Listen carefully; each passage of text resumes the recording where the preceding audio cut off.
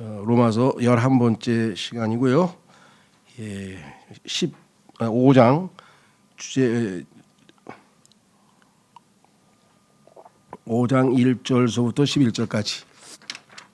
지난 시간에 우리는 4장까지 칭의에 관해서 오직 믿음으로만 의롭다고 하나님 앞에 선언된다 또는 입증된다 또는 인정받는다, 뭐라고 표현하든지 간에 하나님께서 오직 믿음으로만 우리를 의롭다고 인정하신다는 사실을 배웠습니다. 자, 그렇다면 그 칭의가 우리에게 가져다주는 축복들, 또 칭의를 통해서 얻게 되는 하나님이 주시는 복들, 또 칭의가 낳는 결과들이 5장 1절서부터 11절까지 쭉 열거돼 있어서 정말 어떻게 보면은 가장 복되고 풍성한 그러한 내용들이죠. 그리고 이제 우리가 12절서부터 21절까지 하고 그다음에 6장으로 넘어가면서 이제 로마서의 제2부, 그러니까 정죄와 칭의라고 하는 주제가 끝나고 이제 새로운 주제로 이제 넘어가게 되는 그러한 시점에 와 있습니다. 그러기 전에 우리가 한 가지 잠깐 짚고 넘어가려고 하는 것은 무엇인가 하니, 로마서 4장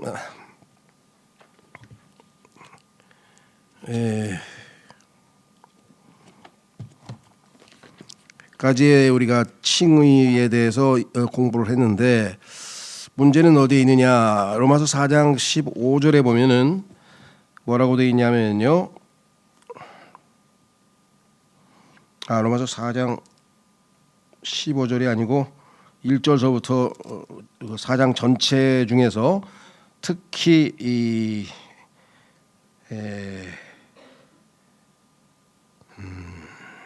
3절, 4장 3절 한번 보시면요, 로마서 4장 3절에 보시면, 그러므로 성경 기록은 무엇이라 말하느냐. 아브라함이 하나님을 믿었더니 그것이 그에게 의로 여겨졌느니라 하니라. 그래서 아브라함의 예를 실례로 들었는데, 이것은 아브라함이 창세기 15장에서 하나님 앞에서 믿음을 입증받은 그런 내용입니다. 그런데 문제는, 자, 야고보서 2장으로 가보시면, 야고보서 2장에 가보시면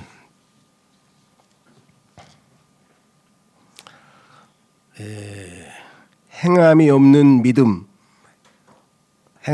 믿음에 대해서 지적을 하면서 이렇게 이야기를 합니다. 17절서부터 바로 그와 같이 믿음도 행위들 없이 그것뿐이라면 죽은 것이라.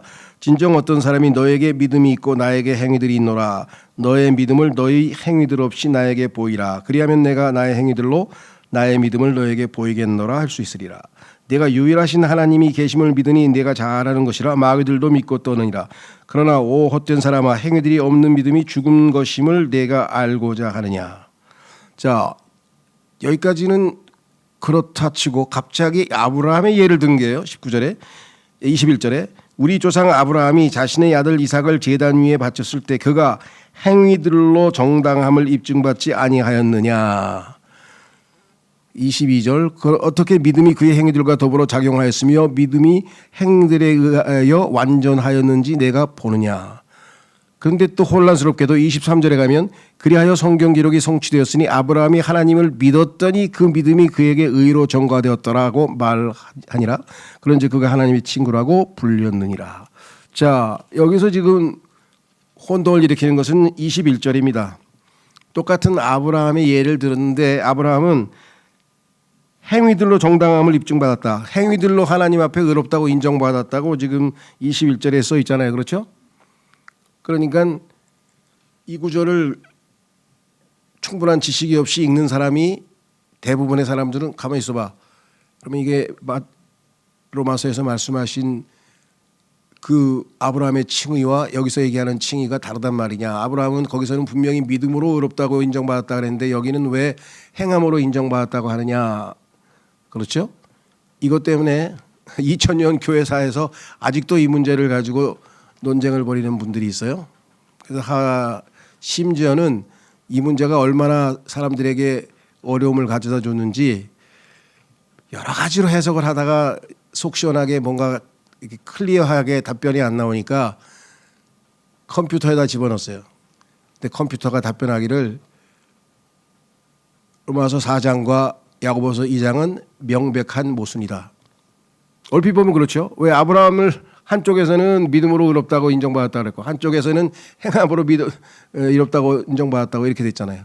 그러니까 문맥만 잘 이해하면 전혀 문제될 것이 없는데 그냥 단편적으로 이 두 가지만 대조하면 그렇게 모순되게 보이는데 이것이 중차대한 문제이다 보니까 왜 우리의 구원과 관련된 문제이다 보니까 해결되지 않으면 찜찜하잖아요. 그렇죠? 네, 그래서 잠깐 간단하게 요약을 하면 문맥이 다르다는 거죠. 다시 말하면 하나님께서 아무 행위도 없는 아브라함을 믿음으로 의롭다고 인정한 것은 창세기 15장 사건이었어요. 그렇죠? 그리고 창세기 17장에서 할례를 주심으로써 그것을 인증해 줬어요. 그것이 올바른 것이다라고 하는 것을 확증지켜 주셨는데 그 다음에 22장에서 아브라함이 이삭을 바친 그것을 놓고 행함으로 의롭다고 인정받았다. 이렇게 돼 있단 말이죠. 그러니까 이걸 이해하면 아무 문제가 안 되죠. 왜?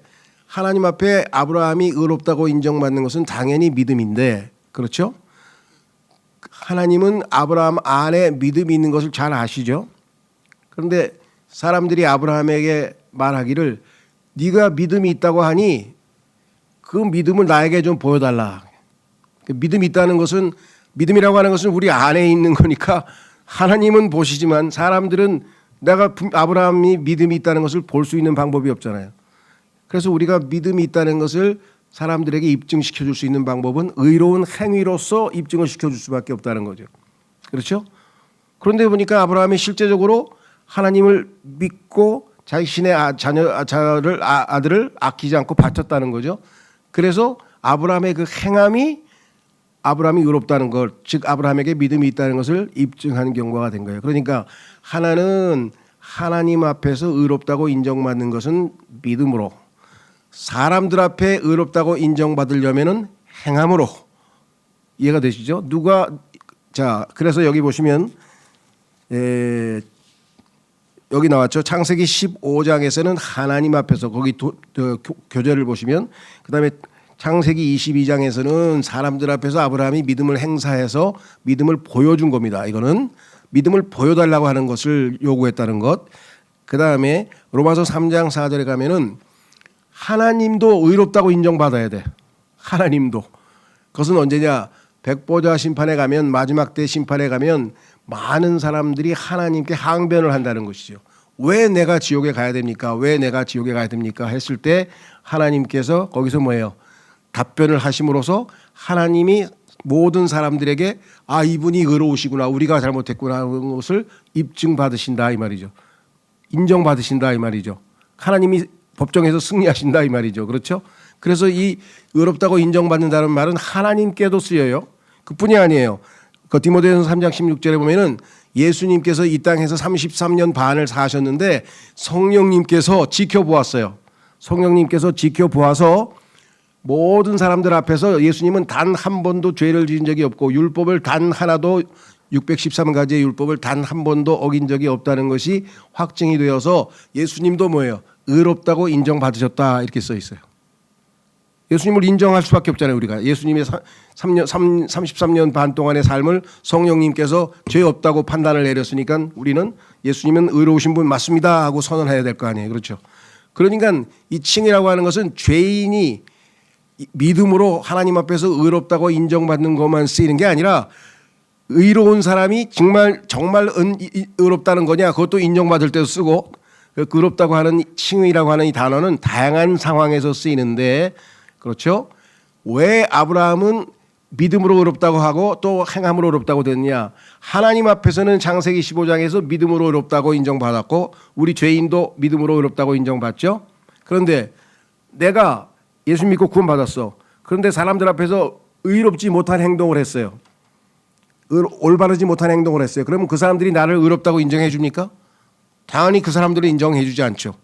그런데 하나님은 나를 의롭다고 인정해 준다. 왜? 하나님은 예수 그리스도를 믿은 자를 의롭다고 인정하시기 때문에. 그 차이를 아시겠죠? 예. 그래서 여기 나와 있는 이 성경 구절을 보면은 구원받은 사람이 정말 믿음이 있다는 것을 확실하게 사람들에게 입증시켜 주려면은 우리의 생활이 의로운 생활이 돼야 돼요. 그래서 예수님께서 내게 와서 배우라. 내가 의롭게 사는 방법을 가르치겠노라. 그럼 예수님처럼 살면 의롭다고 인정받을 수밖에 없겠죠. 우리가. 하나님의 왕국은 성령 안에서 의와 화평과 기쁨이라. 그러니까 하나님 성령께서 내 안에서 역사하셔서 내 삶에서 의로운 삶이 표현이 되면 하나님뿐만 아니라 사람들도 저 사람 의롭다고 인정해 준다 이 말이죠. 그 차이를 아시겠죠? 예, 그래서 이걸 오해하셔서 성경이 못습니다. 뭐 이런 엉뚱한 소리를 혹시라도 하면 성경 구절 여기 나와 있는 것을 쭉 찾아서 설명을 해 주시면 좋을 것 같아요. 그래서 잠깐 말씀을 좀 드렸고요. 오늘은 하여간 5장 1절서부터 11절까지 한번 살펴보도록 하겠습니다. 본문으로 돌아가셔서 그러므로 믿음으로 정당함을 입증받은 우리에게는 우리 주 예수 그리스도를 통하여 하나님과 함께한 화평이 있느니라. 하나님과 나 사이에는 죄가 가로막고 있었는데 그 죄 문제가 해결되었죠. 예수님 덕분에. 그래서 이제 하나님이 나를 의롭다고 인정을 해 주셨다고 의롭다고 법정에서 선포했으니 하나님과 나 사이에는 아무런 거리낌이 없게 되는 겁니다. 그래서 하나님과 함께하는 화평. 그렇죠? 그래서 예전에는 죄인이었을 때는 하나님 생각만 하면 무섭고 두렵죠. 그러나 지금은 예수님 덕분에 하나님께서 나의 아버지가 되셨기 때문에 하나님을 생각하면 은혜롭고 감사하고 기쁘죠. 자, 그래서 여기 나와 있는 것처럼 첫 번째 구원의 축복, 첫 번째 칭의의 축복은 뭐냐? 그것은 바로 화평입니다. 그렇죠? 자, 하나님께 함께한 화평. 그래서 시제가 현재 시제로 되어 있어요. 지금 현재 화평함이 있다 그랬어요. 두 번째 또한 우리가 그분으로 말미암아 우리가 서 있는 이 은혜 안에 믿음으로 들어감을 얻으며. 자, 두 번째는요. 하나님의 은혜 안에 우리가 들어가게 된다 이게요. 여기서 들어간다고 하는 표현 대신에 조금 더 정확하게 하면 다가선다는 얘기인데요. 액세스. 가까이 다가설 수 있다. 하나님의 은혜 안에 은혜 안으로 가까이 다가설 수 있다. 들어간다. 그것이 두 번째 축복인데요. 자, 여기 보면은 아담 아래에서 정죄되었던 자가 예수님 덕분에 은혜 안으로 다가감. 그래서 이제 우리는 언제든지 하나님의 은혜 안으로 들어갈 수 있게 되어 있습니다. 히브리서 4장에 보면은 하나님께서 세우신 그 보좌의 이름이 하나님의 은혜의 보좌죠. 히브리서 4장에 하나님의 은혜의 보좌에 언제든지 담대히 나아가자 이렇게 얘기를 했죠. 왜? 예수님 덕분에. 그렇죠? 예수님 덕분에 우리가 하나님 앞에 의롭다고 인정받았기 때문에 언제든지 하나님의 은혜 안에 들어갈 수 있게 되었다. 믿음으로 여기 나와 있습니다. 세 번째, 그러니까 첫 번째 화평은 예수님이 죽으셨기 때문에 우리가 얻은 거니까 과거에 일어난 일로 얻은 것이고, 두 번째 은혜 안에 있는 것은 지금 현재 우리가 매일 삶 속에서 하나님의 은혜 앞에 다가설 수 있는 것이고, 세 번째 그런즉 우리는 그렇게 할 뿐만 아니라 하나님의 은혜 안에 다가설 뿐만 아니라 그 다음에 나와 있어요. 아니야 죄송합니다. 2절의 끝부분에 하나님의 영광의 소망을 크게 기뻐하느니라. 성경의 영광의 소망은 예수 그리스도라고 골로새서 1장 27절에 써 있는데요. 마지막 미래 얘기입니다. 우리의 마지막이 해피엔딩으로 영광이 우리를 기다리고 있다. 예수님의 영광을 볼 뿐만 아니라 우리도 영화롭게 된다. 그래서 여기 보시면 소망이란 말을 썼어요. 그렇죠? 미루어지지 않는 일이니까 소망입니다. 그래서 하나님의 영광의 소망을 크게 기뻐하느니라. 이 땅에서 살면서 하나님과 화평을 누리고, 그렇죠? 은혜의 안에 언제든지 들어가 있고, 그다음에 소망 가운데 살아간다면 얼마나 복된 삶이겠습니까? 예수 그리스도로 말미암아 우리가 이렇게 세 가지 복을 누리게 되었다라고 성경은 우리에게 분명히 말씀을 했습니다. 그렇죠? 자, 여기 보시면 소망이라고 하는 단어가 성경에 보면은 우리 예수님 믿기 전의 상태를 소망이 없었다라고 써 있어요. 예수님을 안 믿는 사람을 에베소서 2장에서는 뭐라고 얘기하냐면 하나님도 없고 소망도 없던 자, 우리의 과거의 상태입니다. 예수님 믿기 전의 상태를 하나님도 없고 소망도 없던 자. 그런데 이제 하나님을 우리가 모셨을 뿐만 아니라 우리 안에 소망을 갖게 되었습니다. 자, 그래서 이 세 가지 축복은 정말 매일매일 향유하고 누리고 우리가 이걸로 인해서 삶의 원동력을 얻죠. 자, 그 다음에 그런즉 우리는 그렇게 할 뿐만 아니라 1절 2절의 축복을 누릴 뿐만 아니라 자, 이제 우리의 매일매일의 삶에 관한 것입니다. 첫째, 환난들도 기뻐하나니. 신앙생활에 있어서 환난은 필수적이라고 성경에 얘기했습니다. 있어도 그만 없어도 그만 아니면 가끔가다 오는 것 그게 아니고 많은 환난이 있을 것이라고 성경에서 분명하게 말씀을 하셨죠. 한번 확인해 보겠습니다. 사도행전 20장 사도행전 20장으로 가게 되면 사도행전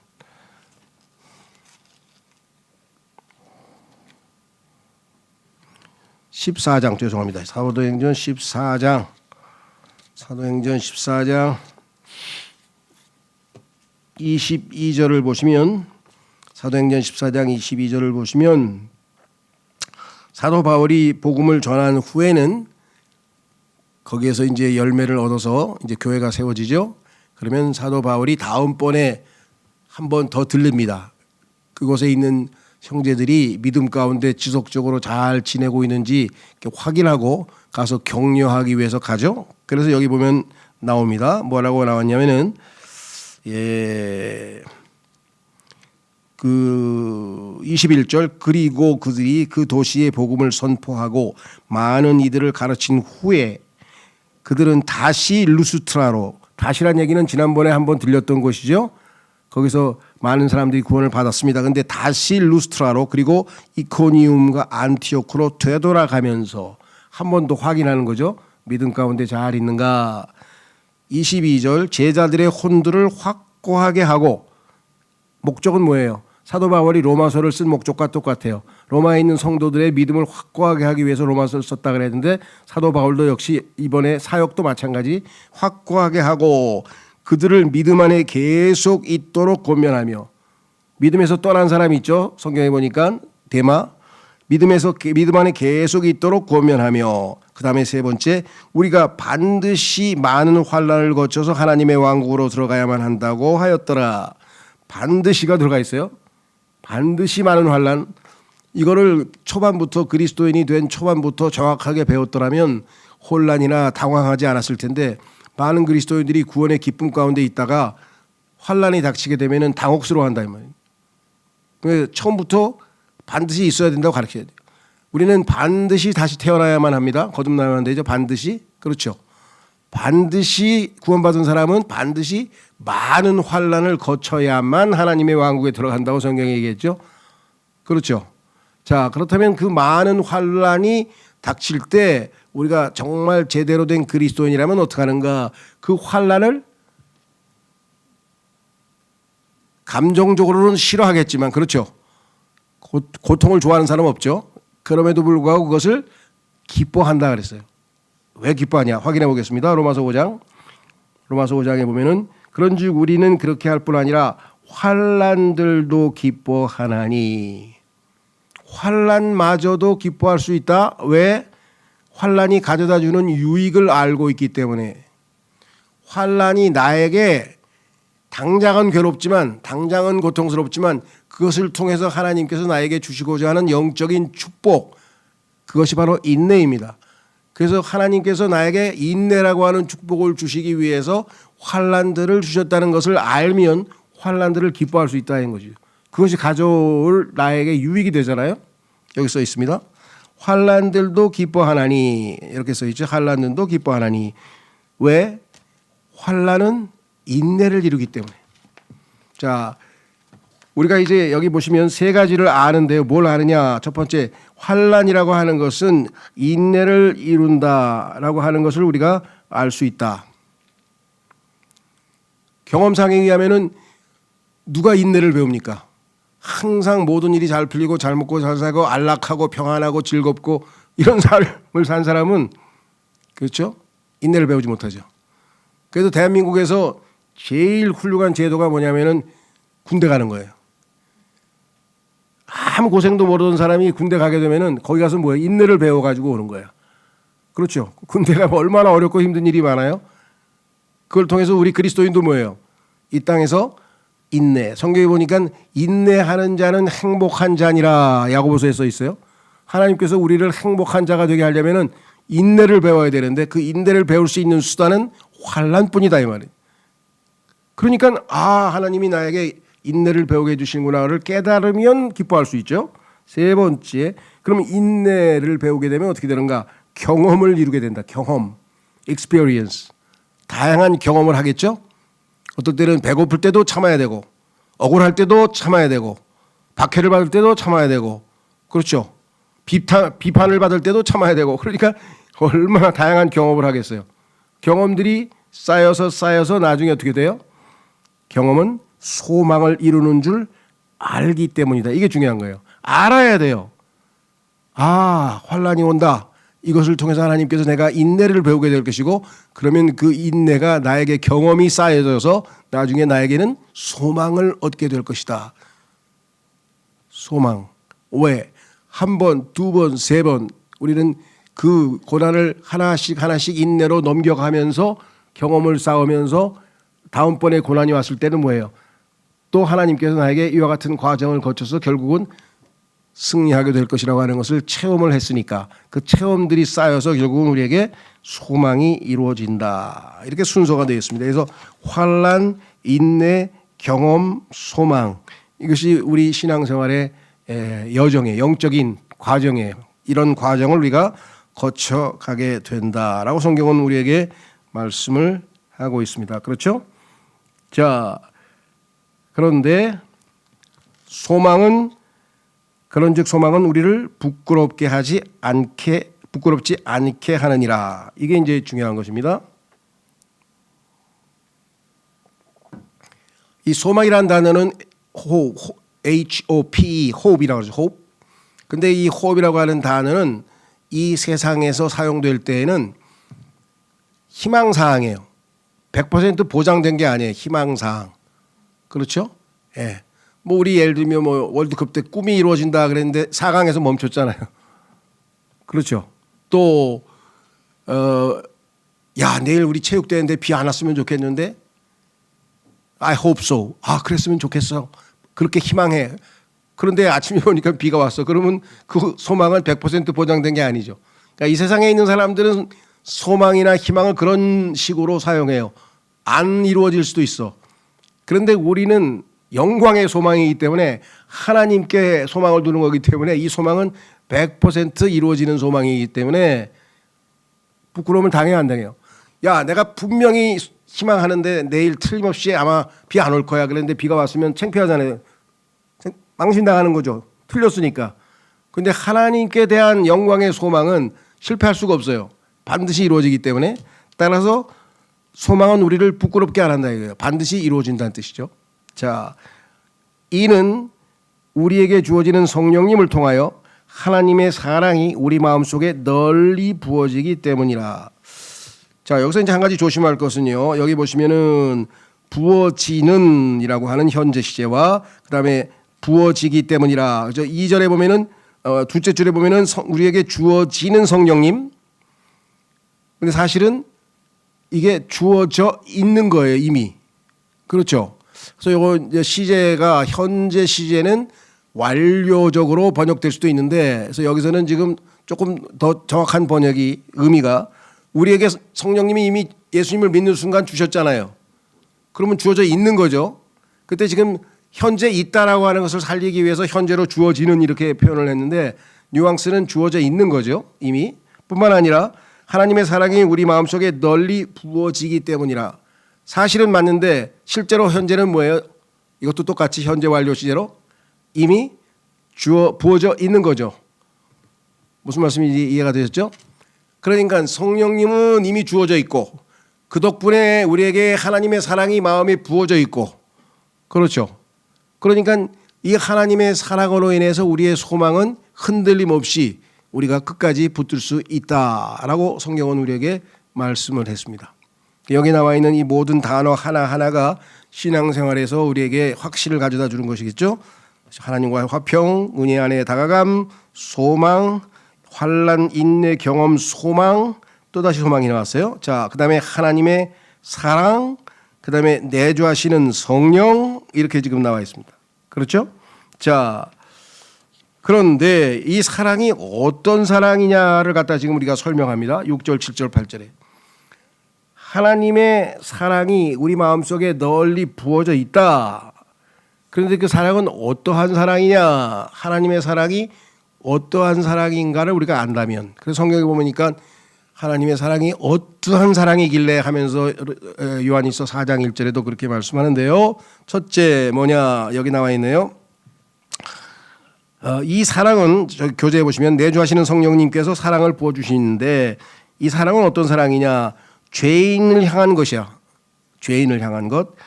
자, 우리가 죄인이었을 때는 예수님 믿기 전에 우리의 상태에 대해서 지금 여기 세 가지가 언급되어 있습니다. 자, 보십시오. 6절에 이는 우리가 아직 힘이 없었을 때 그리스도께서 합당한 때에 불경건한 자들을 위하여 죽으셨기 때문이라. 예수님 믿기 전에 우리의 상태를 힘이 없다 그랬어요. 근데 우리가 말하는 실질적인 우리의 뭐 힘, 체력, 힘 자랑할 때 사용하는 뭐 팔씨름할 때 사용하는 그 힘이 없었던 건 아니죠. 그러니까 여기서 말하는 힘은 선한 일을 할 수 있는 능력, 하나님을 믿을 수 있는 능력, 그렇죠. 도덕적으로 율법을 지킬 수 있는 능력, 양심을 어기지 않고 양심대로 살아갈 수 있는 능력, 도덕적인 능력을 얘기하는 거예요. 그렇죠. 그런 능력이 우리에게 없었어요. 그런 상태에서 자, 두 번째, 합당한 때에 불경건한 자들을 위하여, 하나님의 진노가 불경건한 자들이 위에 임하였다고 우리가 로마서 1장에서 18절에서 배웠잖아요. 그런데 우리는 예수님 믿기 전에 불경건하던 자들이었거든요. 그런데 이러한 자들을 위하여 죽으셨기 때문이라.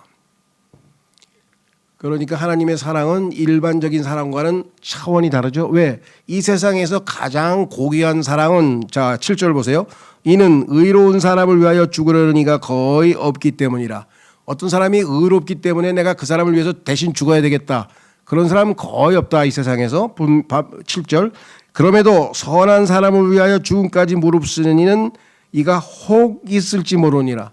아주 드물게 어떤 사람이 너무나 착하기 때문에 그 사람을 대신해서 내가 희생하겠다라고 하는 사람이 혹시 있을지 모르지만, 이런 뜻이에요. 그러니까 인간에게 있어서 최고의 사랑은 이 정도 수준인데, 그런데 우리는 하나님께서 우리를 사랑하셨을 때 우리의 처지는, 우리는 힘도 없었고 경건치도 않았고, 자, 그 다음에 밑으로 내려갑니다. 10절로 내려가 보세요. 이는 우리가 원수들이었을 때 그분의 아들의 죽음을 통하여 우리가 하나님과 화해하게 되었다면. 원수를 위해서 죽는 사람 봤습니까?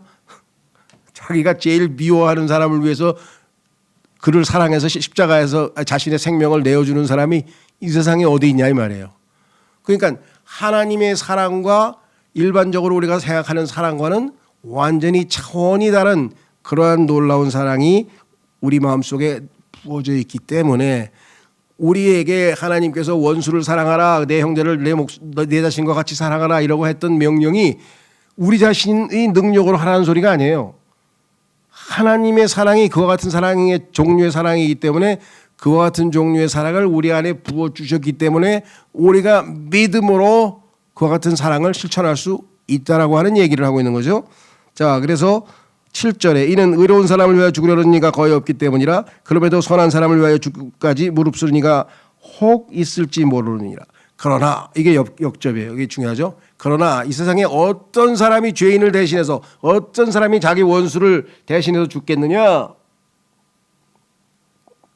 우리가 아직 죄인이었을 때 하나님 보시기에 우리는 아주 철저한 죄덩어리였을 때도 우리를 사랑하셨다. 그리스도께서 우리를 위하여 죽으셨으므로 하나님께서는 우리를 향한 그분의 사랑을 구원하고 계시느니라. 이런 사랑을 받으라. 그렇죠? 데살로니가 후서에서는 진리의 사랑이라고 했고, 요한복음 3장 16절에는 하나님께서 세상을 이처럼 사랑했다, 이처럼이라고 표현했고, 요한일서 4장 1절에는 이러한 그 어떠한 사랑이길래 하면서 어떠한이라는 말을 썼고, 어떠한 사랑입니까? 여기 보니까 힘도 없고 경건치도 않고 하나님의 원수였던 자에게, 죄인이었던 자들에게 그들을 대신해서 죽으셨다. 자, 8절의 끝부분에 하나님께서는 우리를 향한 그분의 사랑을 구원하고 계시느냐. 하나님의 사랑에 대해서 조금이라도 의심하거나 하나님의 사랑에 대해서 뭔가 확실치가 않다고 생각할 때에는 항상 어디로 가면 됩니까? 십자가로 가면 되는 거예요. 십자가에서 예수님이 죽으신 것은 하나님께서 우리를 사랑하셨기 때문에 자신의 아들까지 내어주신 사랑인데, 그때 우리의 처지가 어떤 처지였느냐. 하나님과는 원수 사이였고 불경건했고 힘도 없고 정말 아무짝에도 무기력한 그런 처지에 있는 자들을 하나님께서 사랑해 주셨으니까 하나님의 사랑에 대해서는 의심할 바가 없다. 전혀 없다. 그 얘기를 하고 있는 것이겠죠. 자, 그래서 이제 9절서부터 이렇게 나와 있습니다. 교재 두 번째 보시면 5번의 두 번째 보시면 피로 의롭다 선언받았으며, 여기 나와 있네요. 이제 그분의 피로 정당함을 입증받았으니, 이 표현은 이제 우리가 교를 보면서 아무래도 이 정당함과 이 의롭다함이 자꾸만 뒤섞여서 똑같은 단어이기 때문에 우리가 이 의롭다고 인정받았으니 이렇게 이제 아마 바꿀 것 같아요. 자, 그렇다면 우리는 그분을 통하여 더욱더 진노로부터 구원받게 되리라. 9번이 소위 말하는 구원의 영원한 보장, 확신이에요. 왜? 자, 우리가 피로, 예수님의 죽으심이죠. 그러니까 피라는 얘기는, 그러니까 예수님의 죽으심으로 그 덕분에 우리가 하나님 앞에 의롭다고 인정받았다. 그러면 그분이 지금 살아계셔, 부활하셔서, 그러면 그분을 통하여 더욱더, 이게 중요합니다. 이제 더욱더라고 하는 표현이 로마서에 5번이 반복돼요. 더욱더라고 하는 것은 비교죠. 자, 우리가 예수님이 죽으심으로 내가 하나님 앞에 의롭다고 인정받았어. 그러면 이분이 부활해서 살아계신다면 내가 하나님 앞에 섰을 때 하나님의 진노로부터, 마지막 하나님께서 마지막 때 심판하러 오셨을 때 그 진노로부터 구원받게 될 것이다. 확실하죠. 그래서 미래 시제로 되어 있죠. 진노로부터 구원받게 되리라. 이해가 되시죠? 자, 왜 더욱던지 비교가 됐습니다. 그 다음에 한 번 더 또 비교합니다. 그것은 뭐냐? 세 번째요.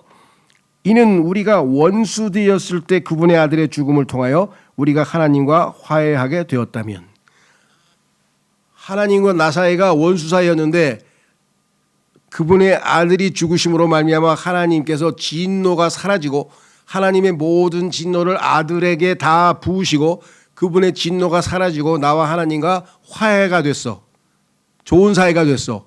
그렇다면 화해하게 된 우리는, 원수였을 때도 화해를 했는데 지금 화해하게 됐죠. 구원받은 우리는. 그럼 화해하게 된 사람은 더욱더 구원을 받게 될 거 아니겠냐.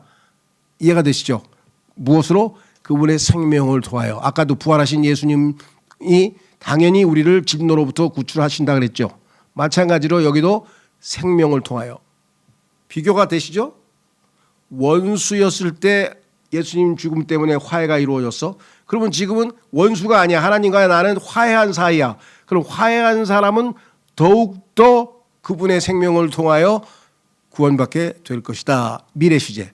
그러니까 9절 10절은 우리의 미래가 완전히 보장되어 있다고 하는 것을 확실하게 입증해 주는 것이겠죠. 이해가 되시죠? 자, 11절 그런즉, 이뿐만 아니라 우리의 미래만 보장되어 있는 게 아니라 지금 현재 우리는 어떤 삶을 살게 되는가? 우리 주 예수 그리스도를 통하여 우리가 또한 하나님을 즐거워하느니라. 하나님을 누리는 거예요. 즐거워한다 그랬어요, 우리가. 그렇죠? 성경에 보면은 하나님께서 이 웨스트민스터인가요? 웨스트민스터 그 신앙 고백에 보면은 인간의 목적은 하나님을 영원히 즐거워하는 것입니다라고 하는 유명한 선언문이 나와 있습니다. 지금 현재 여기 나와 있는 것처럼 하나님의 아들로서 구원을 받고 하나님과 화해하고 미래의 진노로부터 구원을 받을 것이고 그분의 생명을 통하여 구원받을 이러한 같은 미래가 보장된 우리라고 한다면 얼마나 하나님께 감사하고 즐겁고 기쁘고 하겠느냐. 그렇죠? 자, 여기 나와 있어요. 하나님을 즐거워하느니라. 지금 현재 그래서 매일매일 삶에서 하나님을 즐거워할 수 있고 그 다음에 뭐예요? 그분으로 인하여 우리는 이제 속죄를 받았느니라. 현재 완료 시제죠. 지금 현재 우리에게 속죄가 주어져 있다. 더 이상 우리는 죄 문제로 인해서 하나님 앞에 문제될 게 하나도 없다. 이렇게 해서 11절에 걸쳐서 예수 그리스도를 믿음으로 거저 의롭다고 인정받게 된 하나님의 자녀들, 즉 칭의를 획득한 하나님의 자녀들에게 하나님께서 가져다 주시는 축복들이 여기 쭉 열거되어 있습니다. 그러니까 로마서 5장 1절서부터 11절까지를 잘 묵상하면서 지금 현재 내가 누릴 수 있는 축복을 누리고 있는가 안 누리고 있는가 한번 스스로를 살펴볼 수 있겠죠. 그렇죠? 자, 제일 중요한 거는 뭐예요? 하나님과 나와의 화평이에요. 이 세상에 있는 모든 사람들이 아무리 뭐 세계 평화가 오고 그다음에 뭐 사회가 안정이 되고 경제가 잘 안정이 되고 해서 아무런 불안 요소가 없어. 치안도 완전하고 아무리 태평성대를 만들어 놔도 인간은 여전히 뭔가 불안한 게 있어요. 뭐가 불안합니까? 죽으면 내가 어떻게 될까? 하늘나라 갈까? 혹시 지옥 가는 거 아니야? 아무리 모든 여건이 지금 만족해도 미래에 대한 불안 때문에 계속 근심 걱정을 하게 되는 거예요. 그러죠? 네. 자, 그래서 중요한 거는 진정한 평안, 마음이 편안할 수 있는 방법은 딱 하나예요. 그것은 뭐냐면 하나님과 나와의 관계가 화평한 관계가 되어야 돼요. 하나님과 나 사이가 원수 사이가 되고 하나님과 나 사이가 재판관과 죄인의 관계라고 한다면 백날 아무리 현재의 모든 조건이 평안을 가져다 줄 수 있는 좋은 조건이라 할지라도 결코 평안할 수가 없습니다. 그렇죠? 예. 그래서 인간은 하나님 앞에서 하나님과 화해하지 않은 인간은 영원토록 이 불안 문제를, 이 마음의 불안 문제를 해결할 수 없는 겁니다. 그리스도인이 누릴 수 있는 가장 큰 축복은요, 어떠한 상황에서도 평안을 유지할 수 있는 것이에요. 왜? 제일 최고의 심판자이신 하나님과 나 사이는 화평한 관계이잖아요. 그 하나님이 나를 의롭다고 판정을 내렸고 그 하나님이 나를 영원한 생명을 주셨고 하나님께서 그 나를 아들로 인정하셨고 그 관계가 이루어지게 되는 것이 첫 번째고요. 그렇죠? 그 다음에 이 땅에서의 삶에서 우리가 구원만 은혜로 받는 것이 아니라 매 순간의 신앙생활에도 항상 믿음과 은혜로서 살 수밖에 없어요. 우리의 육신은 이 아담 안에 우리 몸 안에 죄가 거하고 있고 육신을 따라서는 우리가 어떤 것도 할 수 없다는 것을 우리의 삶에서 신앙생활에서 뼈저리게 느끼죠. 오직 은혜, 여기 나와 있죠. 은혜. 그 다음에 뭐예요? 우리의 미래에는 영광이 기다리고 있잖아요. 그래서 영광의 소망을 즐거워하고 기뻐할 수 있다. 그리고 그 이후에 우리 삶에서 환난과 인내와 경험과 소망을 통해서 점점 우리 안에 주어져 있는 성령으로 인하여 하나님의 사랑이 부어져 있고 그 사랑이 얼마나 큰 사랑인지 확인하고 미래에 보장됐다는 사실을 알고 그렇게 되면 우리는 이 땅에서 하나님을 즐거워할 수 있고 우리는 완전히 속죄함을 갖고 있는 그와 같은 지위와 상태를, 영적 상태를 유지할 수가 있다 이 말이죠.